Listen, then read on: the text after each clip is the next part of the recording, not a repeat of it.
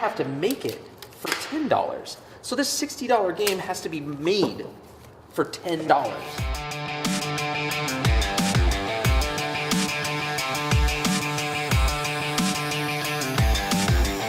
And I don't usually bring up expansions just because it's kind of difficult to sell someone on an expansion if they're not already sold on the game. And if they're sold on the game, they probably already know about the expansion. And so I find this to be a really interesting project overall for a couple of reasons. It's Spirit Island Jagged Earth. It is an expansion that's pulling $600,000 on a Kickstarter, for one. And for two, this specific expansion so encapsulates what Spirit Island is about that it's kind of one of those, you gotta purchase it. You really gotta get it.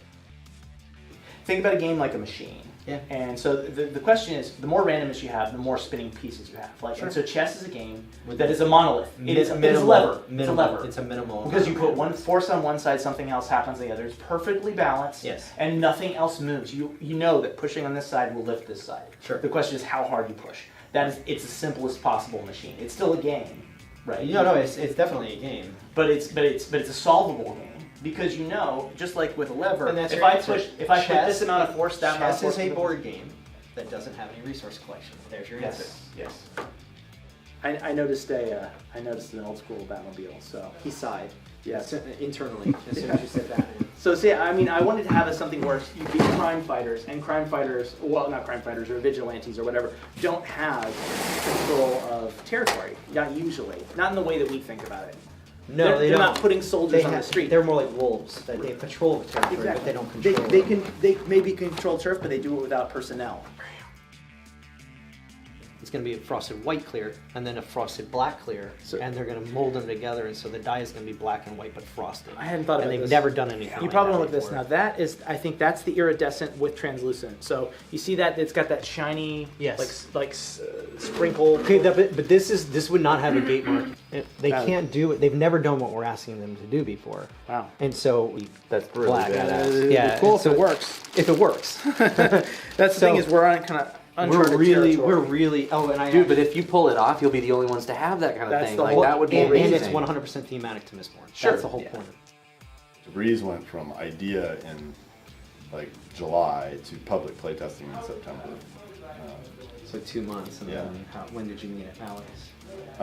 So I met him I met them at Gen Con, so in August. Really? Yeah. It was that quick. Yeah, it was less. I played it in October, and we were like, "This is good. Yeah. Let's do this." All right, so you are the master carpet weaver, your own shop in the ancient city of Tabriz, and you want to weave carpets to complete commissions so that you become the most prestigious carpet weaver in the city. Worker movement game where you have 3 workers out on the board that work for you of your color, and their job is to move around the bazaar and buy, trade, bribe, gamble to bring you materials to meet your commissions and to bring you the commissions themselves. Commissions in Tabriz, pretty straightforward. This is one that has everything possible on it. First, you'll always have, here are the materials you need to gather. Okay. Wool, plant dye, cotton, carmine, which is an insect-based dye, and silk. But when you take this action later, it's going to be the same thing as now. You're going to draw 4, keep 1 at the start. The only strategy advice I tend to give people on this is probably don't choose the hardest one with the most materials and most unique materials on your first play. Anyone can have a web store now. And it's nice to have a web store because then I can sell direct to somebody. Because I don't think enough people realize that if I have like a $60 board game, I actually have to I have to sell it to a retailer for $30 so that the retailer can make the money.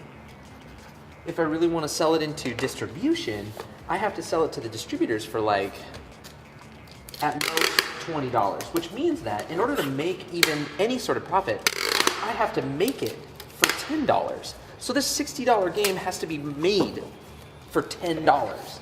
Now, if I made it and sold it directly to people, I could, instead of making $10 on the game, I would make $50 on the game.